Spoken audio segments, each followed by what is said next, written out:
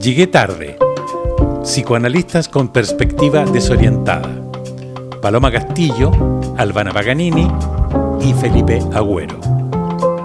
Bienvenidos a Llegué tarde, psicoanalistas con perspectiva desorientada.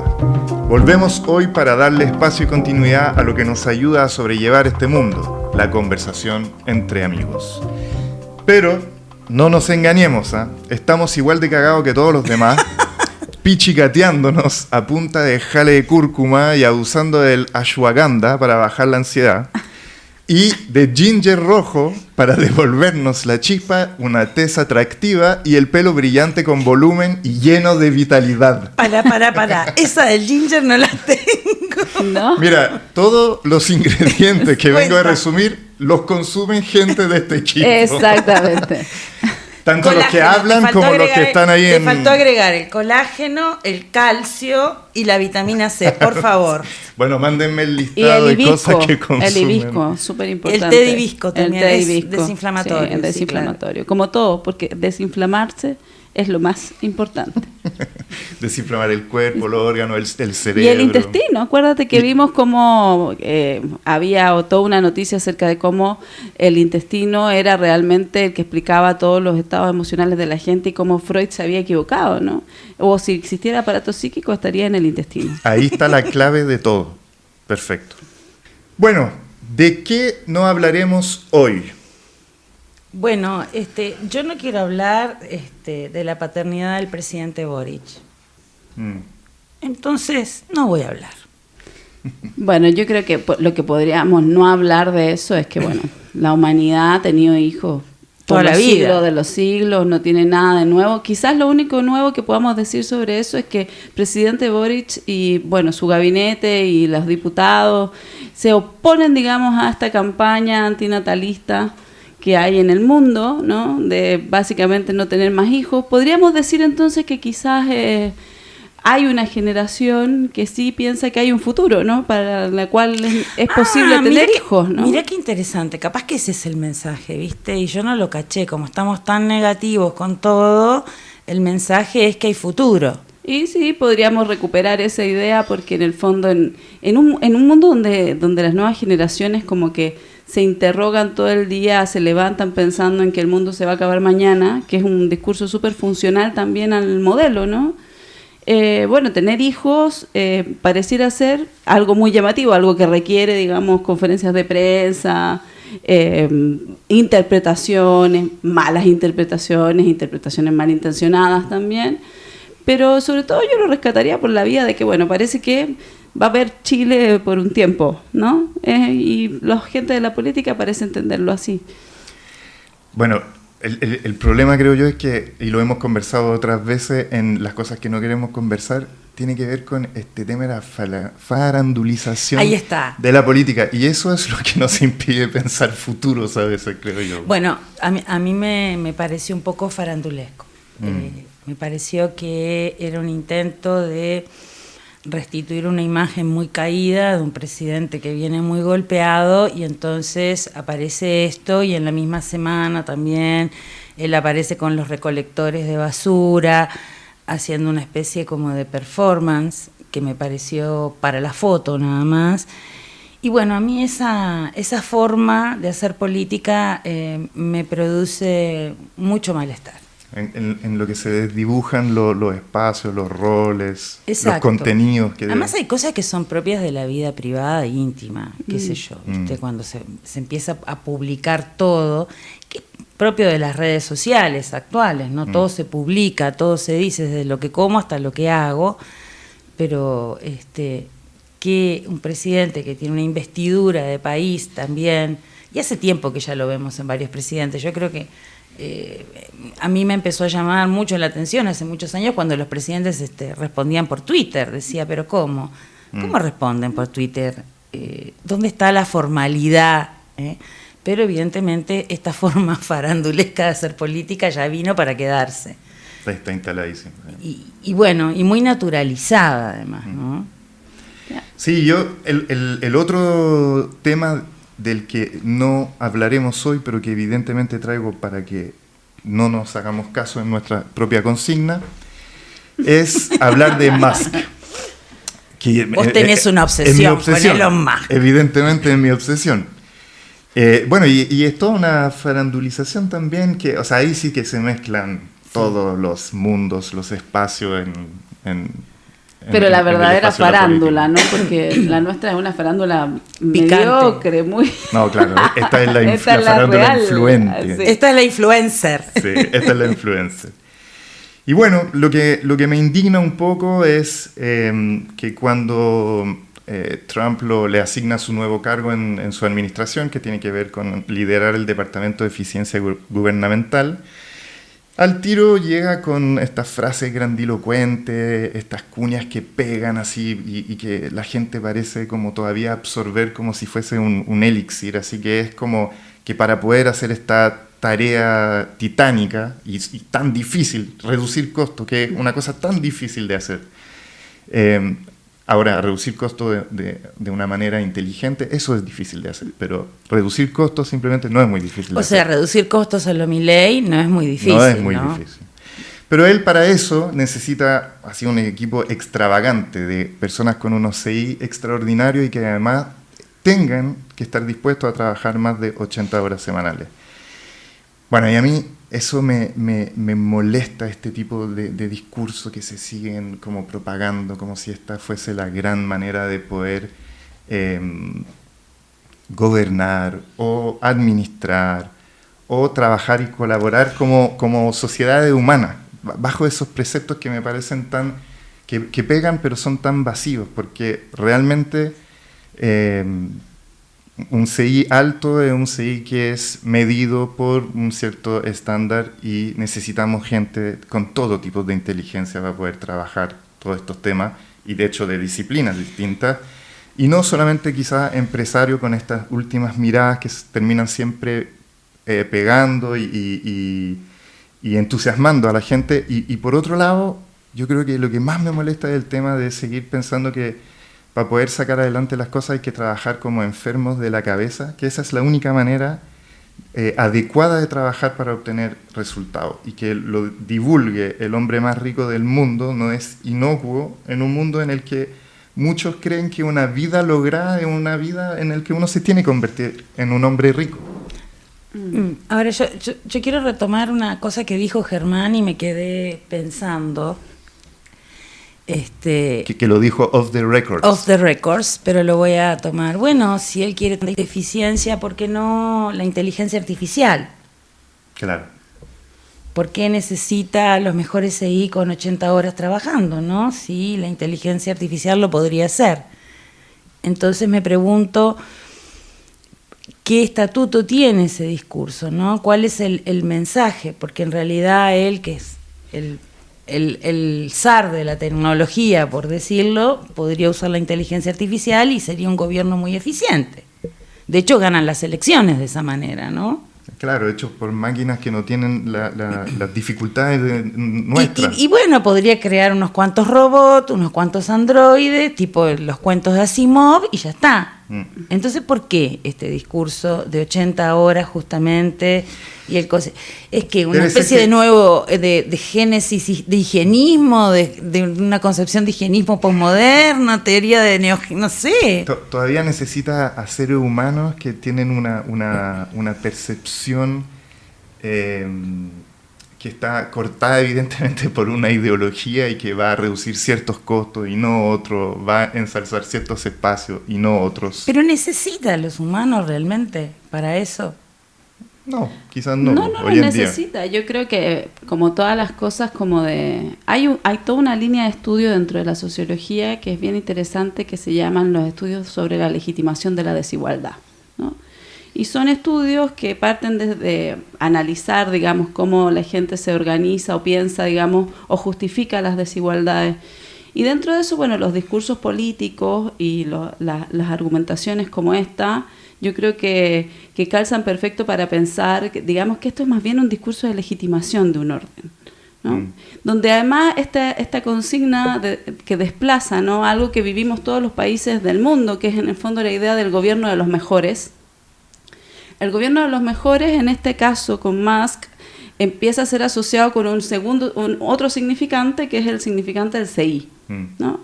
que es algo parsoniano, digamos, es parte del funcionalismo del 1900, o sea, la idea de que el sistema distribuye beneficios, ¿no? Distribuye capitales en función de la tarea que tú desempeñas en una sociedad y que por lo tanto la desigualdad no es una desigualdad real, sino que es más bien el orden que tiene que ver con cuánto aportas tú, ¿no? Cuánto aporta el recolector de basura es equivalente a su honorario versus cuánto aporta Gabriel Boric, ¿no?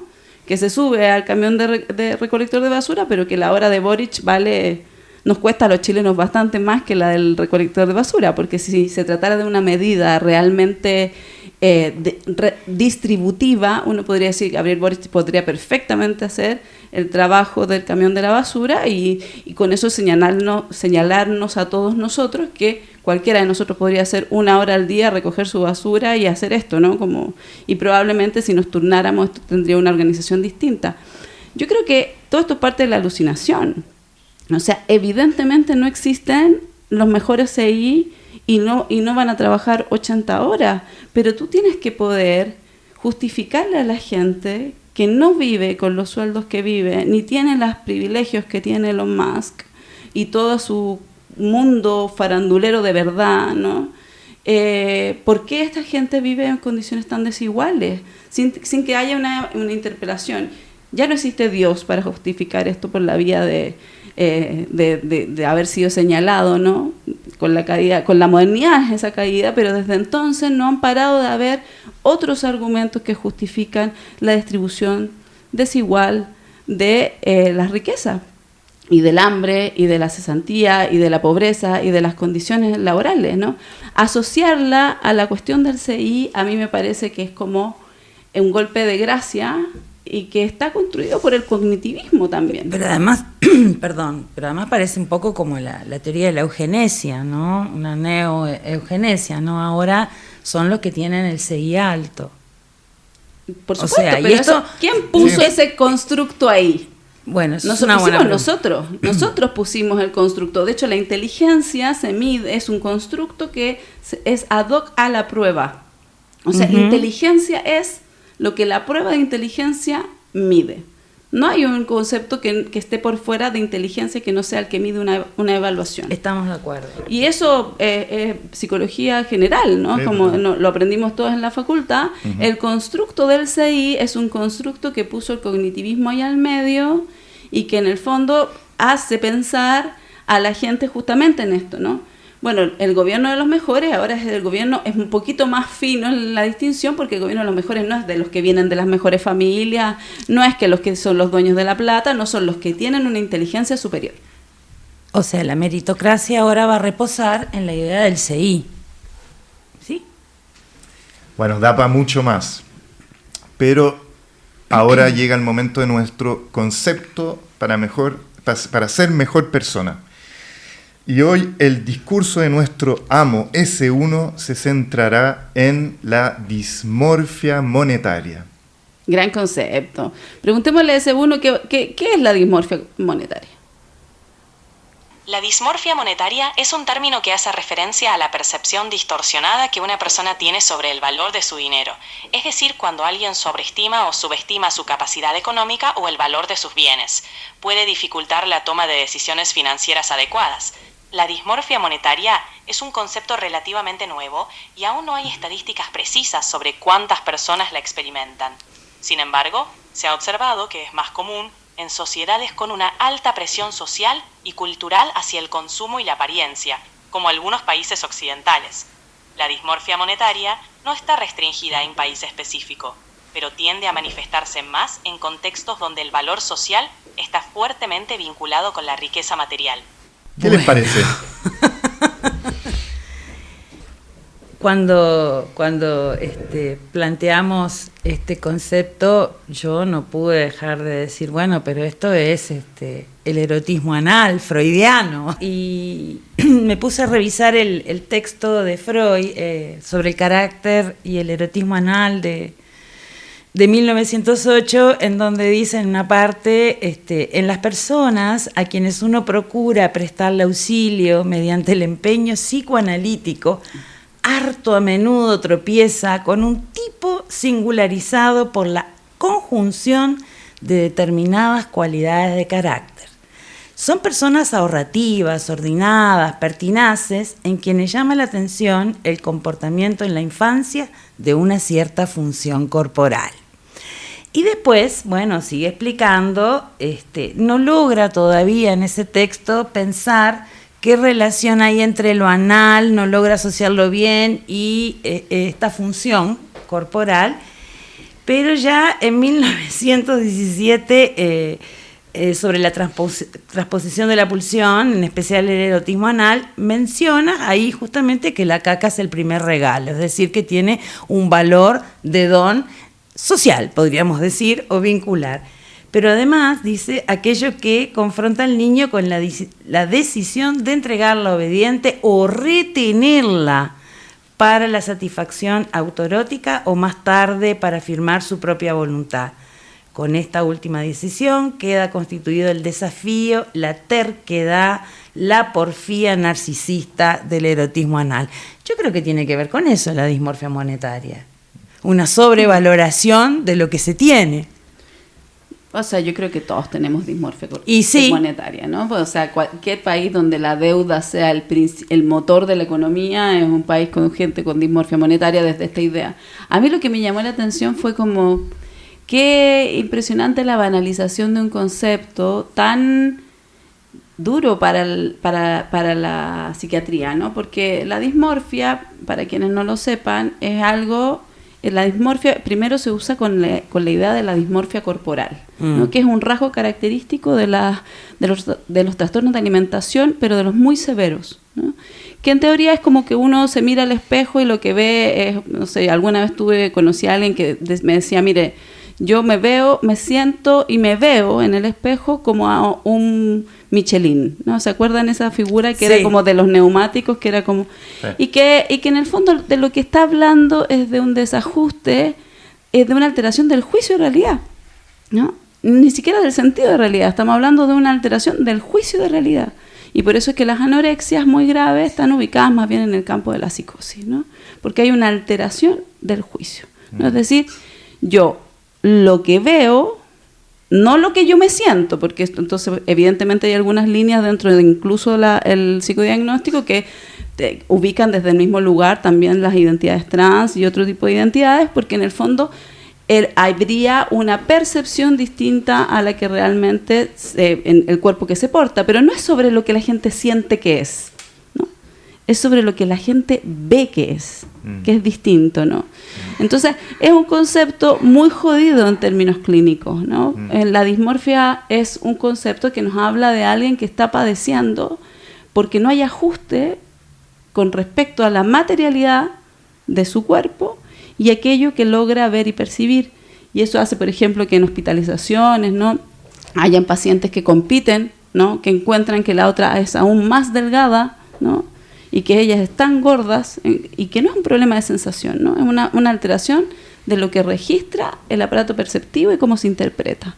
Entonces, es un concepto clásico que se ocupa para hacer una distinción muy puntual, pero que llega al campo social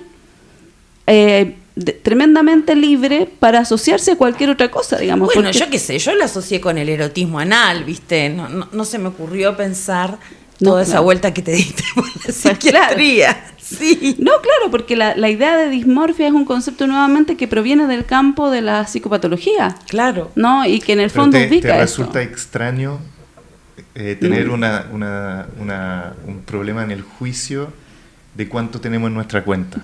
Claro. Sí. O sea, que miro mi cuenta, a mí me pasa siempre igual, ¿no? Como yo miro mi cuenta y digo, bueno, mira, esta es un montón de dinero. Después pago y no era tanto. Pero en algún minuto pensé que era un montón de dinero, ¿no? Y bueno, en ese sentido todos somos dismórficos, ¿viste? Pero eso alude, ¿no? O sea, ¿por qué no decir estamos sobreendeudados entonces?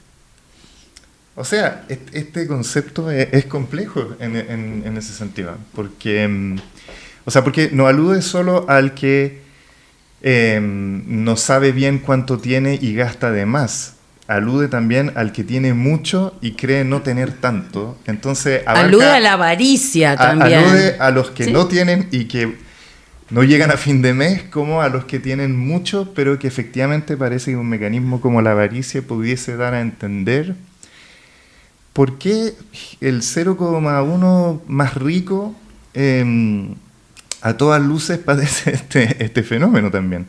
Y parece que se pudiese ir mezclando con miedo a la pobreza, desconfianza del otro, deseo de estar por encima de la noción de carencia, goce también por sentirse fuera de la norma o también tener una cosa extraordinaria, Sí, un pero más también- allá de pero- cualquier pero- limitante. Sí, pero también el concepto decía la sobrevaloración, ¿ya? Porque una cosa es, bueno, uno siempre piensa que le va a alcanzar y después ve la cuenta bancaria y efectivamente no alcanza para nada. Eso es una cosa, pero la cosa es la sobrevaloración de lo que se tiene, ¿no? En ese sentido, por eso yo pensaba en lo anal, ¿no? Como el avaro, el ahorrativo, el que guarda, el que retiene. Hay algo ahí de una valoración excesiva. Pero aquí está el que tiene diarreas monetarias. También puede haber. El Si el que carácter anal tiene despilfarra. el carácter anal tiene esas dos puntas, ¿no? Porque somos Atracones. retentivos, Atracones somos de retentivos consumo. o expulsivos, ¿no? Bueno, Sí. sí, claro, hay gente que se da atracones de consumo. Qué buena palabra que es esa. Capaz que le podemos sugerir a ese uno, así como existe la dismorfia monetaria. Podemos inventar nuestro propio... Exacto, el atracón de consumo. Esa palabra, esa frase la vamos a patentar. Atracón hay gente que tiene atracones de consumo, efectivamente. Pero ahora lo que decías tú con respecto al tema del endeudamiento es como una parte intrínseca del concepto, porque es lo que les permite a las personas como identificarse con ciertos estatutos que no tienen en realidad y poder efectivamente rendir bajo las presiones sociales que siempre están pidiendo ir más allá de lo que uno tiene, porque además vivimos en sociedades con élites que ya no presentan ningún tipo de ideal con respecto a la austeridad, con respecto a los límites, con respecto a un estilo de vida más minimalista. Entonces, es como que como abarca una especie de vacío, pero que va más allá del vacío de las cuentas corrientes, o de llenarse cuentas corrientes, pero sin poder tomar en Es consideración como un semblante. que el consumo ha reemplazado como los lazos y no... Los lazos que no requieren de consumo, o sea, ese estar, hacer cosas, que yo creo que eso uno lo vive más cuando cabro, que es como estar con otros y no tener más que la herramienta de hablar Como ahora. para pasar el tiempo. Como Exacto, ahora, lo por que estamos ejemplo. haciendo. Pero eso ya no existe. Yo me acuerdo que hace años había leído un texto de Bleichmar en Dolor País y después que hablaba de los losers y los winners, de la vergüenza por no tener, por no pertenecer al grupo selecto de Elon Musk. Felipe, tú no te vas a ir en la nave a Marte con él, aunque quieras. Te voy a decir que no estás siendo elegido. Lo sé. O sea, no tengo más, el CI requerido. No lo tenés, Felipe. más Acá te nadie puede lo tiene. enviar en un cohete en este minuto, pero ese que está preparando para los mexicanos, ¿no? Que son justo esos que fallan, ¿no? Como, o Para que si hacer van a alitas llegar a de cualquier pollo. lado, sí, los llena de mexicanos y los quiere enviar a cualquier parte. En ese te podemos guardar, reservar un lugar. Lo sé muy bien, lo sé muy bien. Por eso converso estas cosas. Me inquietan estas cosas. No entras en el arca de Noé de Musk. Oye, pero el concepto a mí también me llama a también pensar por qué aparecen estos conceptos ya que francamente hablan de problemas económicos que de nuevo están tratados de una manera particular, pero que en el fondo, bueno, como decís tú, son países que tienen deudas. O por ejemplo, es divertido pensar que estemos hablando de esto con un 0,1% de gente que acumula y son los que tienen el poder y que van a reducir costos y reducir costos y reducir costos y gastos de cosas que son necesarias para distintos ámbitos. Pero lo que me termina pasando es que yo creo que la plata sigue siendo, y Freud creo que ahí tenía razón en lo que decía, que la plata es un tema sumamente importante, y en las relaciones que establecemos con la plata nos dice mucho acerca de nuestros lazos, de nuestra humanidad o de nuestra manera de funcionar, nuestras dinámicas sociales.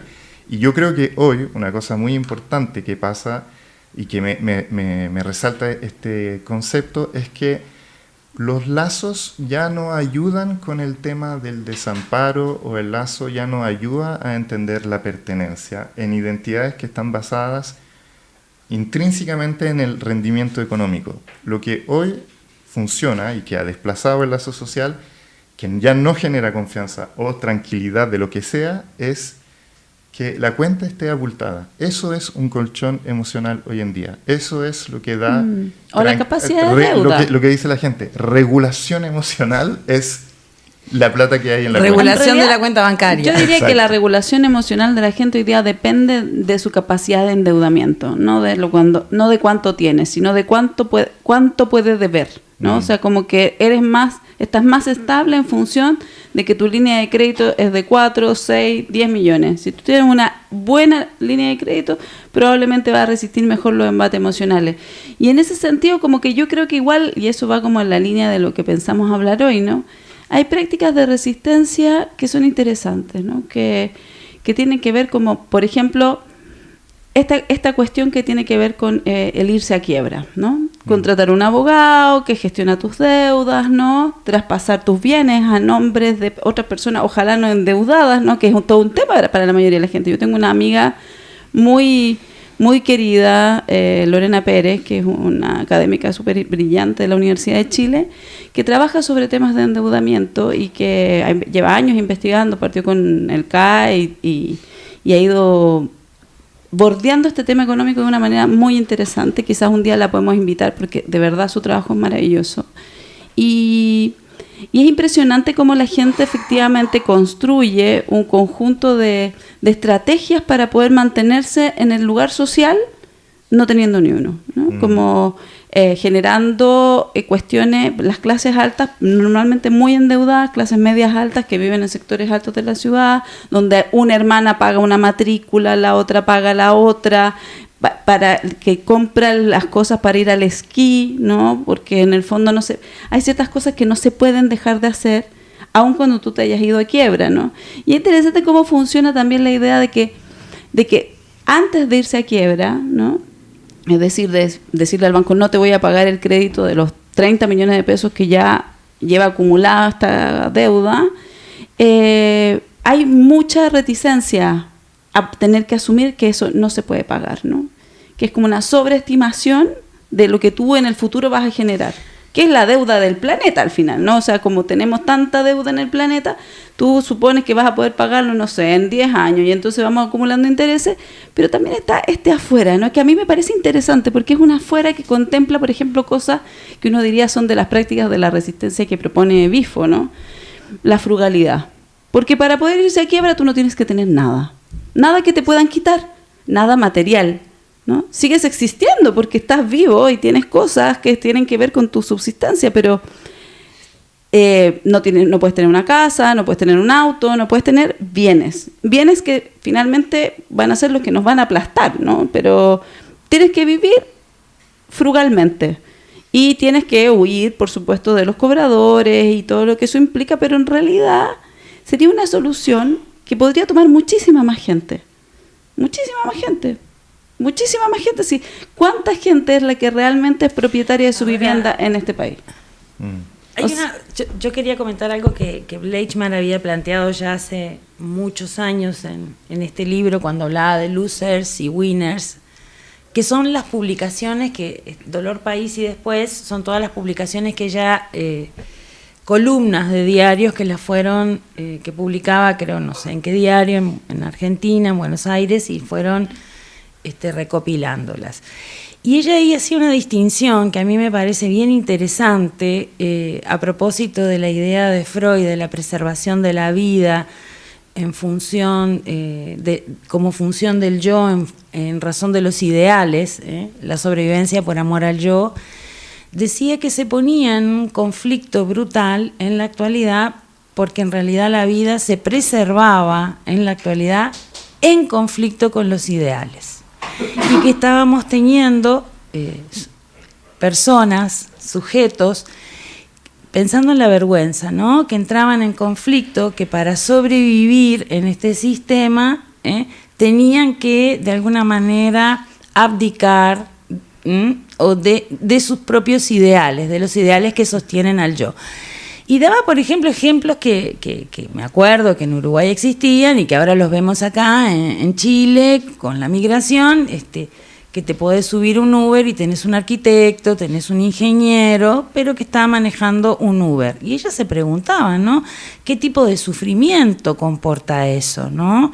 Un tipo que hace una carrera, que tiene un sueño, ideales, pero que para vivir tiene que funcionar de esta manera. Entonces, por un lado pienso, sí, está esto de la vergüenza de vivir sin ni uno y en la apariencia, como el hidalgo del arcipreste de Ita, no me acuerdo la novela, el Lazarillo de Tormes, el hidalgo que salía al mediodía con un escarbadiente para mostrar que había comido. Eso no es nuevo, digamos, tiene... Y también este conflicto, ¿no? Entre la preservación de la vida y los ideales, ¿no? Que esto es un tema clínico también. Y ya lo anunciaba Bleichmar en el 97, 2000, por ahí. ¿Qué le pasó? ¿Qué le pasó? Congelado, Felipe. ¿Qué pasó? ¿Qué pasó, Felipe? Dije. ¿Qué te quedaste pensando? No, estaba pensando en el fondo cómo... Claro, bueno, qué jodidas son las situaciones en las que estamos viviendo hoy en día en el fondo, porque efectivamente apretar el cinturón, como decías tú, pareciera ser casi un imposible. O sea, una vez que uno accede a ciertos bienes, muchos de los cuales nunca deberíamos haber excedido si no hubiésemos tenido la dismorfia económica, pero una vez que uno los prueba ya no los puede dejar. Sino salvo un dolor profundo, una vergüenza profunda, una sensación de desplazamiento social. Y salir del sistema, del círculo social, ¿no? A perder la pertenencia. Esa idea, ¿no? Se pierde la pertenencia. Sí. Y eso aterroriza. La pérdida de la pertenencia es algo que me parece que produce mucha angustia.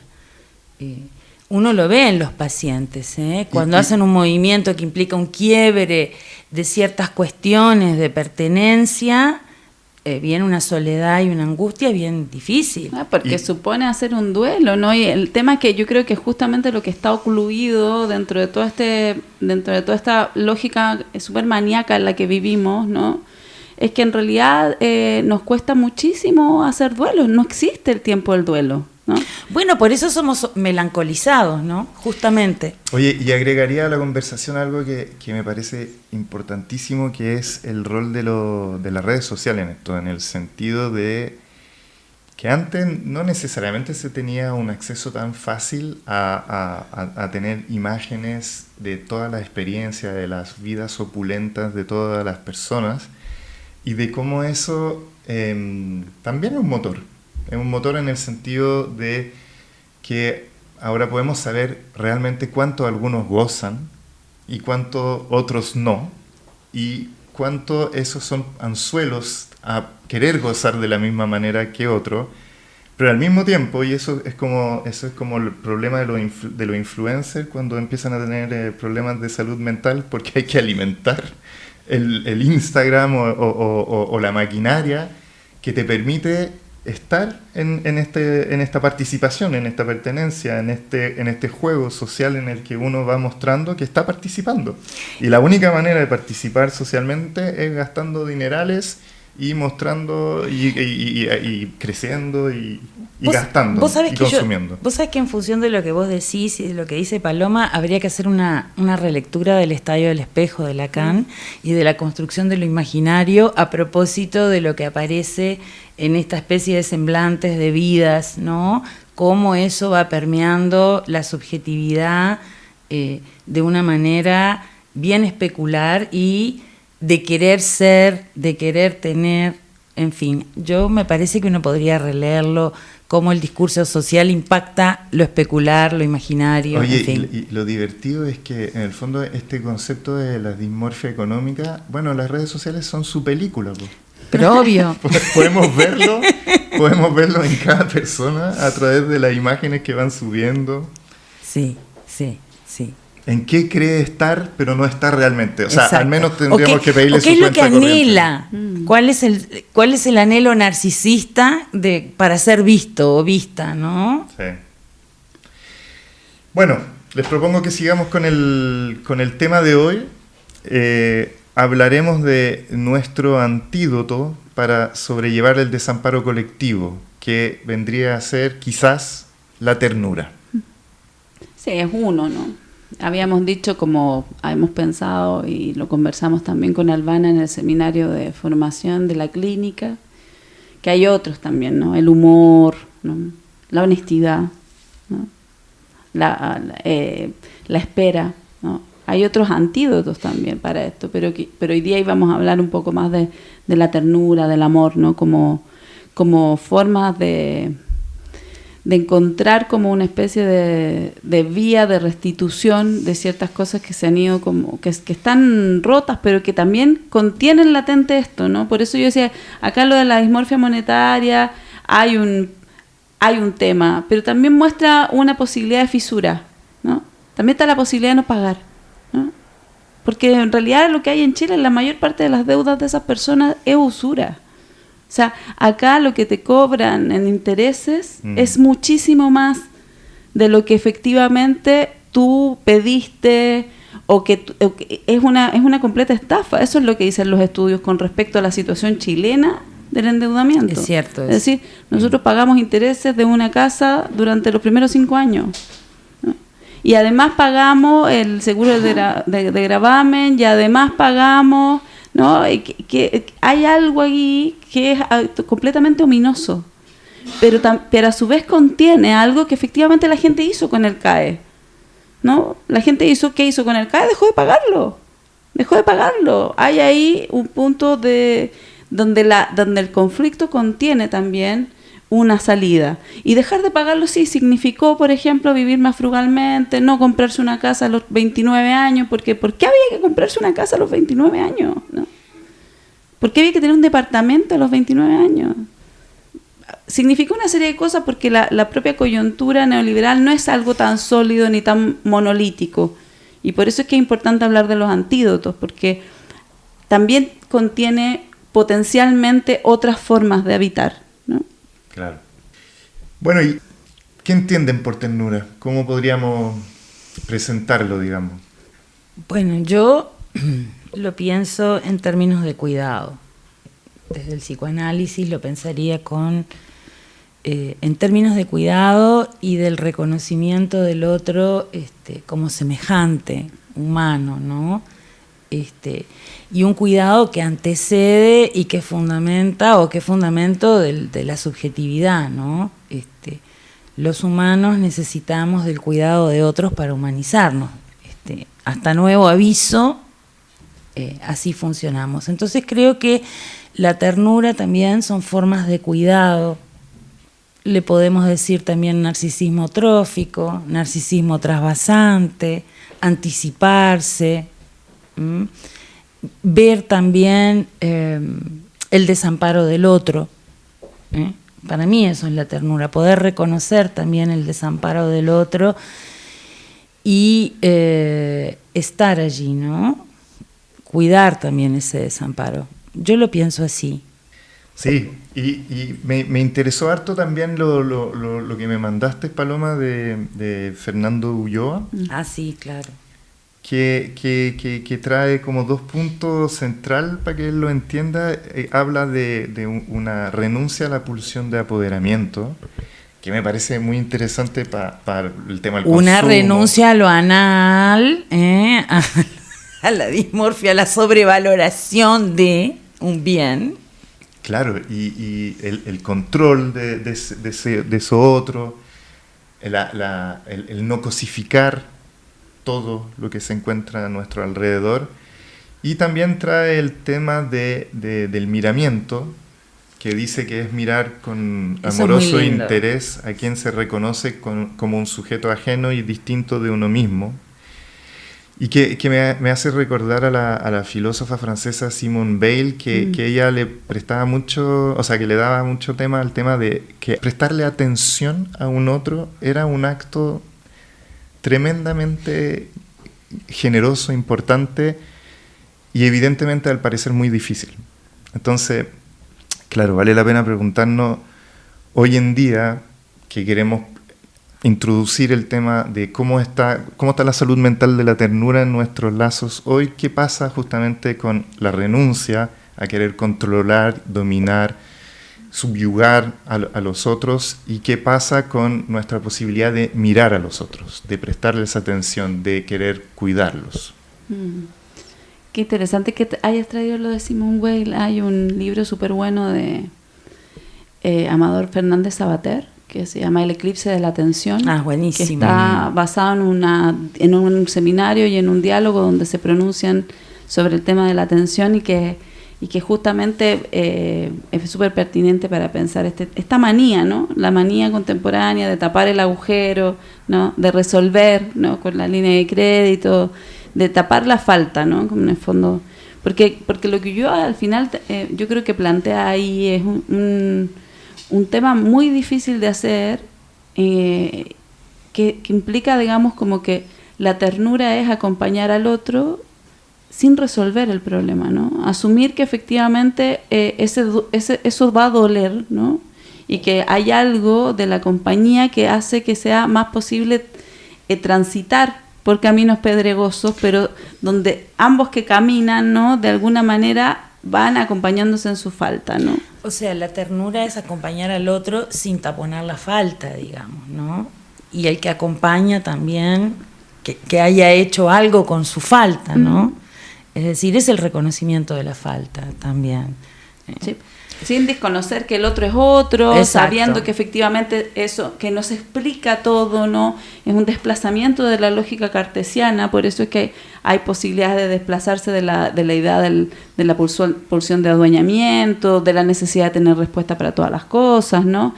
La ternura pasa por un ejercicio que implica el acceso también de lo que conmueve sin que necesariamente sea racional, ¿no? Sí.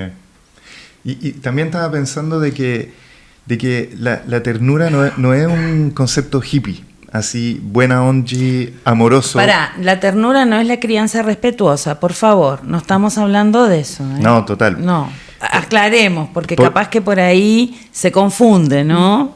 Claro, porque cuando hablan de que esto no es o sea, tapándole los ojos a los niños para que no vean las cosas difíciles de la vida, a lo que voy es que, claro, la ternura es difícil, es un concepto difícil porque requiere de una madurez muy importante, muy grande, porque lo que se transmite ahí es un cuidado, es un sentimiento de confianza hacia que uno va a podérsela con las cosas del mundo y con la dificultad de los vínculos, tanto desde lo positivo como desde la agresión, la violencia y todo ese tipo de cosas. Y es un concepto difícil porque ahora hay o sea, con todas las cosas que hemos hablado antes, con la dismorfia económica o los temas de antes, hoy hay una especie de mezcla como un poco sórdida entre una pulsión de apoderamiento exacerbada, por ejemplo, a través del consumo, a la par con una especie de ideología del servicio al cliente como rey. Entonces, en donde se va construyendo una especie de mundo infantilizado que nada tiene que ver con la madurez que implica la ternura. O sea, y muchas personas también, o sea, por ejemplo, el concepto de ternura, como lo plantea el Fernando Ulloa, instala la idea de que el niño queda con la sensación de que puede tener esperanza de que este mundo le va a proveer algo. Ahí está, la ternura transmite una esperanza y un futuro, transmite un anhelo, transmite un sueño también, ¿no? Eso me parece fundamental. Claro, pero hoy en día está tan mal visto desde ciertos sectores decir, ay, pero ¿y qué? ¿Y vaya a esperar que el mundo te provea las cosas? Eso es lo que tú quieres, un mundo que provee infinitamente. Bueno, de hecho igual lo plantean, pero si tenéis plata nomás. Pero lo que quiero decir ahí es que no hay que entramparse con esa idea, porque no es así. No es que uno va a esperar que el mundo nos dé las cosas, entonces quedamos como bebés grandotes que esperan que un otro le haga la pega. No. Hay que pensar que Ulloa empieza a introducir el término de la ternura en un momento histórico muy particular en la Argentina, porque Ulloa trabajaba con las Madres de Mayo, con los detenidos, con los desaparecidos, con los nietos reencontrados, es decir, Ulloa me parece interesantísimo que justamente en ese contexto tan obsceno, tan siniestro, introduzca como un elemento fundamental la ternura. Yo creo que tiene un costado político también, como decías vos, Paloma, y resistencial, ¿no? No es hacer cariñitos, ni siquiera es o se aproxima al concepto de apego de Bowlby. Porque suele también pensarse que la ternura es como el apego, ¿no? Entonces, porque está muy de moda el apego, se ha transformado en una especie de pegatuti, hay apego para todo, ¿no? Sí. Y la ternura, el concepto de Ulloa no tiene nada que ver con la teoría del apego, es un concepto político y que surge de un dolor tremendo en un país, que empieza a abrir las heridas de los desaparecidos, de los niños secuestrados, que eso es algo que no había representación posible para pensarlo, y él apuesta a esto, ¿no? Como una especie de velamiento de lo más obsceno del ser humano, ¿no? Creo que es importante eso. Qué interesante eso que dijiste, Felipe, tú también, justamente por lo que está diciendo Albana, ¿no? Que en el fondo, por un tema que tiene que ver con la confianza en que va a haber futuro, ¿no? Y que tiene que ver con esta idea de hay que estar ubicado en la madurez, pero no pensada en la madurez como el lugar donde están resueltos todos los conflictos, ¿no? Sino la madurez pensada como ser que tienen que existir los adultos que saben que efectivamente el horror existe. Y que y que están atravesados por esa certeza de que efectivamente el horror, la muerte existe y que eso no se puede detener y que es algo a lo cual se va a sobrevivir incluso, ¿no? Yo me acordé, ¿se acuerdan de aquella película La Vita è Bella? De ese juego que hace ese padre en el campo de concentración, en la situación más horrorosa. Bueno, yo creo que este padre que armó un juego de esto trataba justamente de poner cierto velamiento a un horror, apostando a la sobrevivencia de su hijo y a que su hijo iba a poder tener un futuro. Pero además, en realidad, el que más apuesta al futuro es el niño, porque el niño en realidad es el que juega. También, o sea, la verdad es que la película muestra, para mí siempre fue una película sobre un niño haciendo como que jugando un juego para que su padre sea feliz. Bueno, también. Haciendo como que no se da cuenta, ¿no? Porque el niño no es pelotudo. No, para nada. Juega por él. Bueno, sí, pero me parece que eso. A mí me parece que ahí, el padre y el niño que juega para velarle un poco el horror al padre o hacerle el juego al padre para que el padre pueda sostenerse mejor. Pero me parece que eso es la ternura también, porque la ternura no hay que pensarla solo desde el adulto al niño. Hay que pensarla también desde el lugar del niño y la dimensión del niño en sus relaciones también con los padres. ¿Cuántos niños de alguna manera ponen en escena o siguen ciertos juegos porque saben de la fragilidad de sus padres? Y sí, o sea, creo que ahí hay un punto clave, y lo segundo es que en el fondo hay adultos que efectivamente frente a esa posibilidad del horror no se inmovilizan, ¿no? Y que en el fondo lo que hacen es, avanzar sabiendo, ¿no? Y que los niños pueden confiar, ¿no? Y hay que sostener, digamos, lo que implica la posibilidad de que uno va a heredar un futuro. En lo contemporáneo hay una duda, lo hemos conversado en otras partes, en otros seminarios y también personalmente, ¿no? Como hace un par de días con Felipe conversamos también sobre esto, ¿no? ¿Qué Qué duro es, digamos, vivir en un lugar donde no hay confianza en que la frase del S1 va a continuar, ¿no? De que después de un significante viene otro. Vivir con la sentencia de que el planeta se va a acabar, de que no va a haber agua, de que todo se está destruyendo, es una certeza que alimenta la voracidad y lo inmediatista, porque en el fondo esta suerte de posición ética de no tengo hijos, ¿no? Es una posición, no sé si es una posición que pueda argumentarse desde el lugar de la responsabilidad con el planeta, ¿no? Me parece, lo he escuchado, me parece una proposición de un adulto muy infantilizado, que no puede poner a circular nada. Eso me parece. Esta idea de, que se tiñe, ¿no? De cierta ideología, perdón, de que el planeta, que bla. Claro, pero es un discurso que permite, pero es un discurso que orienta al consumo inmediato, al hacerlo todo, a nunca distraerme de consumir, porque para poder prestarle atención al otro hay que distraerse de uno mismo, ¿no? Y distraerse de sus necesidades. Eso es parte de lo que habla Simone Weil, de la que citaba Felipe, ¿no? Es totalmente descentrado de lo que el sistema quiere. El sistema quiere, en el fondo, en este minuto, que no tengas hijos, que busques en esta lógica como de levantarte pensando que el mundo se acaba mañana, ¿no?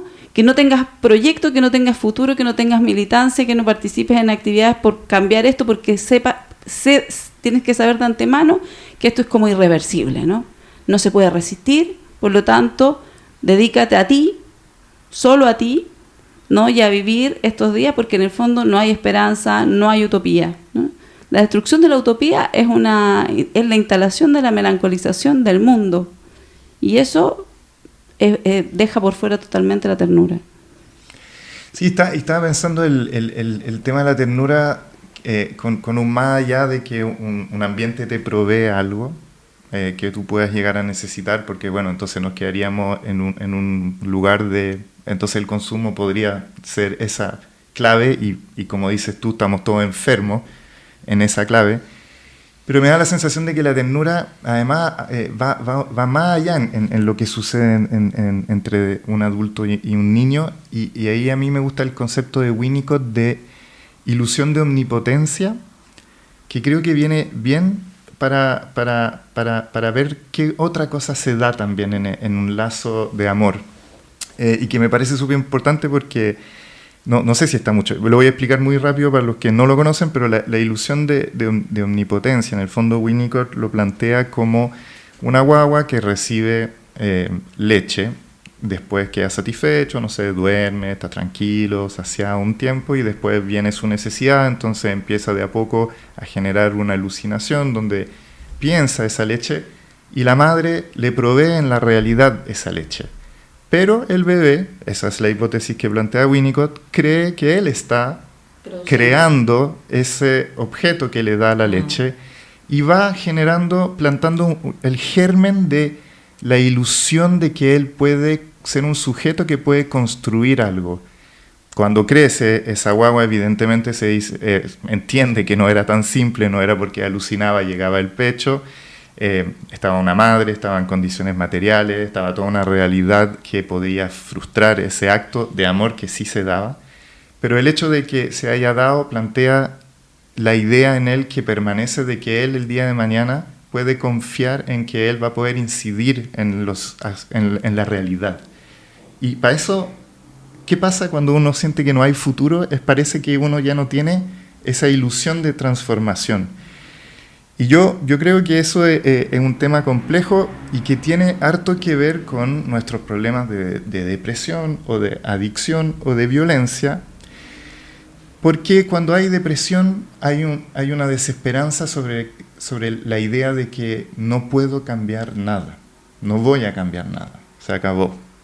La adicción es un distractor para no bancarme el sufrimiento de sentir esa impotencia, y la violencia es una reacción otra distinta a la violencia, pero lo veo también a nivel social como como que la crisis de la democracia, más allá de que pueda tener que ver también por ser cooptado lo de intereses privados y no tener intereses sobre lo público, y más allá también de los temas de representatividad, creo que la política lo que ha perdido es su poder transformador también en otro nivel.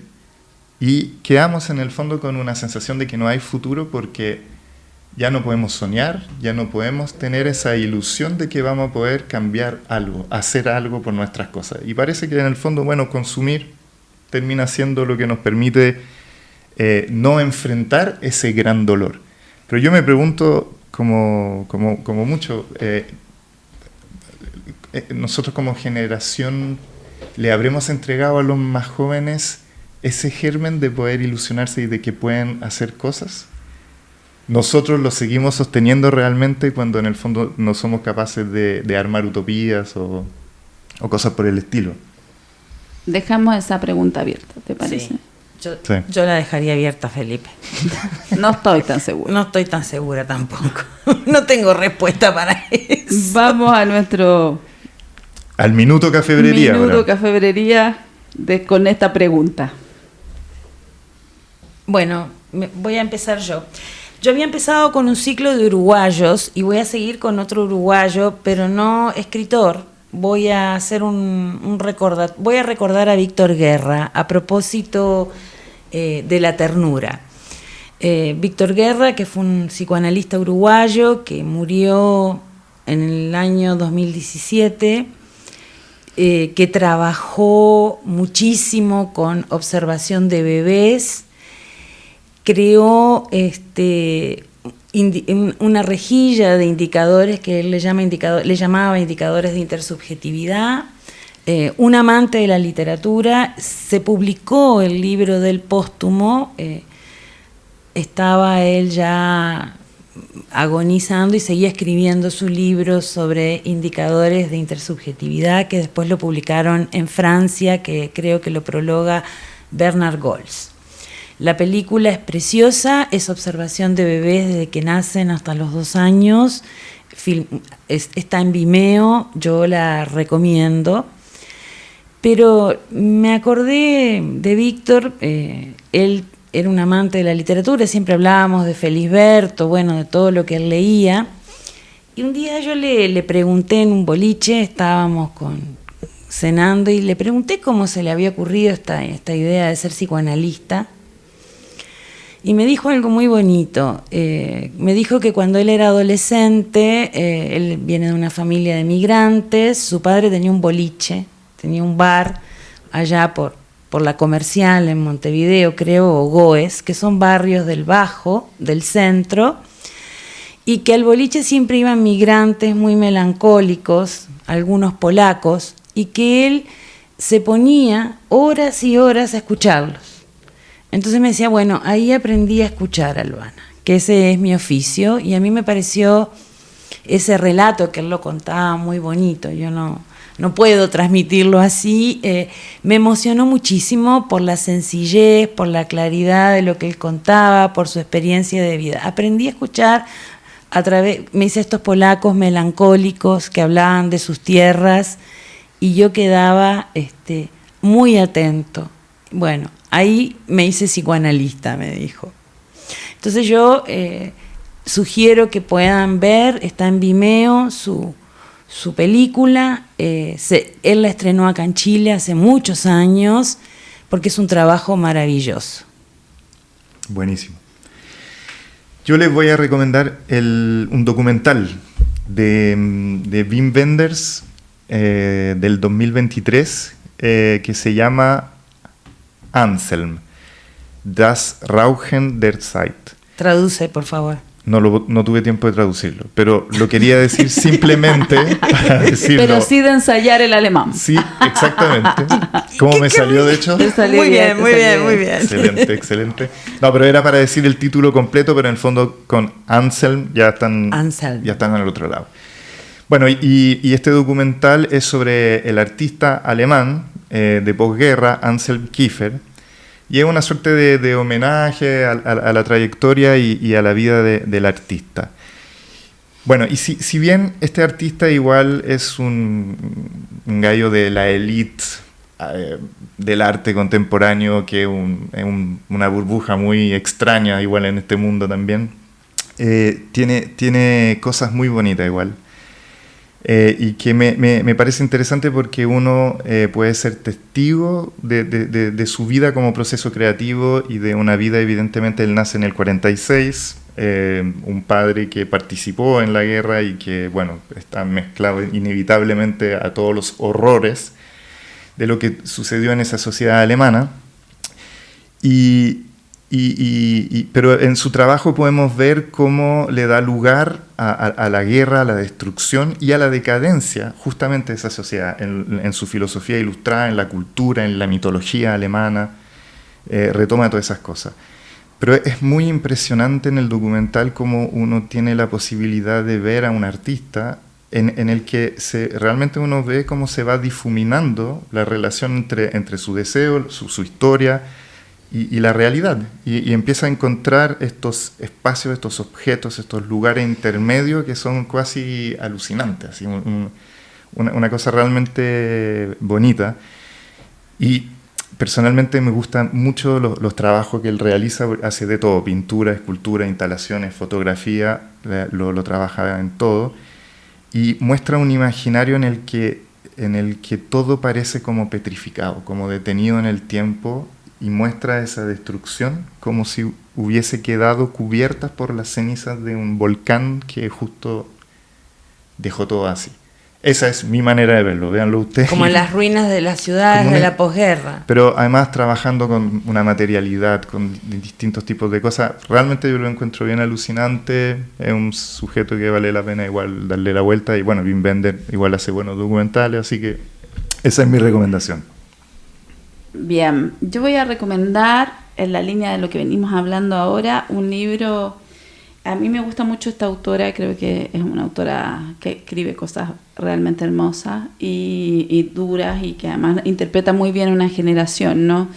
Es Raquel Robles. Raquel Robles es una escritora argentina que escribió un libro que se llama Perder, y con el que ganó un premio.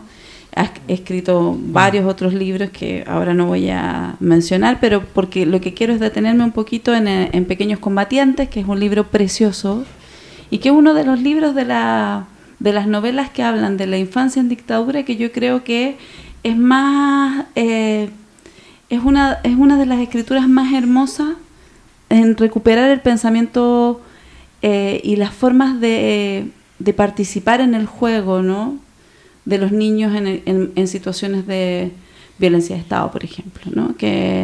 Porque además Raquel Robles es hija de detenidos desaparecidos, y gran parte de su trabajo tiene mucho que ver con darle una vuelta a lo que tiene que ver con la justicia poética, y por lo tanto yo diría que Pequeños Combatientes es realmente una maravilla. Y también este libro está en un audiolibro que ella misma mandó a producir y que después podemos difundir el link para que lo escuchen. Voy a grabar esto ahora, pero lo ideal es que lo podamos poner después en audiolibro. Pero lo voy a grabar por si acaso y ustedes lo editan, si es que no funciona lo del otro. Eso me preocupaba mucho, porque era evidente que la religión era muy importante en este nuevo entorno en el que nos habían insertado. En la escuela, a pesar de que íbamos con guardapolvo blanco y se suponía que la educación, como nos recordaba periódicamente la tía, era obligatoria, laica y gratuita, todas las mañanas había que rezar. Una vez por semana, además, había clases de catecismo. Los únicos niños que teníamos derecho a perdernos esa clase éramos mi hermano y yo, y otros 2 que eran testigos de Jehová. Me di cuenta enseguida de que a pesar de que esos otros 2 niños cargaban con el peso de ser diferentes, eran respetados porque eran de otra religión. Podríamos haber dicho que éramos judíos, porque si bien mi abuela no era religiosa, sabía muy bien todo lo que tenía que saber un religioso judío. Pero me pareció que tal vez ser judío no hiciera el mismo efecto que ser testigo de Jehová. En definitiva, habían sido judíos los rebeldes del gueto de Varsovia, y ser rebelde no caía bien en ningún lado. Decir que no creíamos en nada me pareció una provocación innecesaria. Así que decidí inventar una religión nueva. Nosotros creíamos en la naturaleza. Mi maestra contrajo los ojos y me miró muy seria durante un rato, como hacía siempre que quería saber si estábamos haciéndonos los tontos o éramos tontos de verdad. Pero no preguntó más nada. La maestra de mi hermano, en cambio, le pidió explicaciones. Y él, como siempre en esos casos, se inspiró demasiado. Nos tuvimos que pasar un día entero repasando lo que había dicho, tratando de arreglar las incoherencias de sus rituales inventados y explicando otras que todavía podían tener arreglo. Con esa coartada, por un tiempo, dejaron de molestarnos, con preguntas incómodas. Simplemente nos sacaban al pasillo en las horas de catecismo y no nos miraban con cara de «qué falta de respeto», cuando manteníamos la boca tercamente cerrada por las mañanas en el Padre Nuestro que se rezaba a coro. Pero como siempre, nos traicionó el entusiasmo. En pocos días teníamos a nuestro alrededor a un grupo de alumnos curiosos interesados en conocer nuestra religión. En no más de 2 semanas teníamos 13 devotos de la naturaleza y 7 que estaban evaluando la posibilidad de convertirse. Al mes la cosa se nos fue de las manos. De ninguna manera podíamos destruir las ilusiones de todos esos niños confesando que esa religión no existía. Pero al mismo tiempo nuestra estrategia de camuflaje estaba al borde del abismo. No sabíamos qué hacer, así que tomamos una decisión arriesgada. Ya no éramos simples afiliados a un culto diferente, ahora éramos sacerdotes, místicos, traductores de la voluntad de la diosa naturaleza. Cada vez que algún niño quería convertirse a nuestra religión, lo llevábamos al único pedazo de tierra que había en la escuela, a metros de la casa de la portera, lo sentábamos frente a nosotros y lo hacíamos pasar todo el recreo en silencio mientras mi hermano y yo apretábamos con pasión un puñado de pasto con los ojos cerrados. Invariablemente negábamos con la cabeza y transmitíamos la horrible noticia: la naturaleza no te quiere, dice que te quedes con tu Dios. ¡Qué Muy genial! Bueno, muchas gracias por escucharnos. Nos vemos la próxima vez. Nos vemos. Desde la Cafebrería, un espacio que piensa, crea y debate.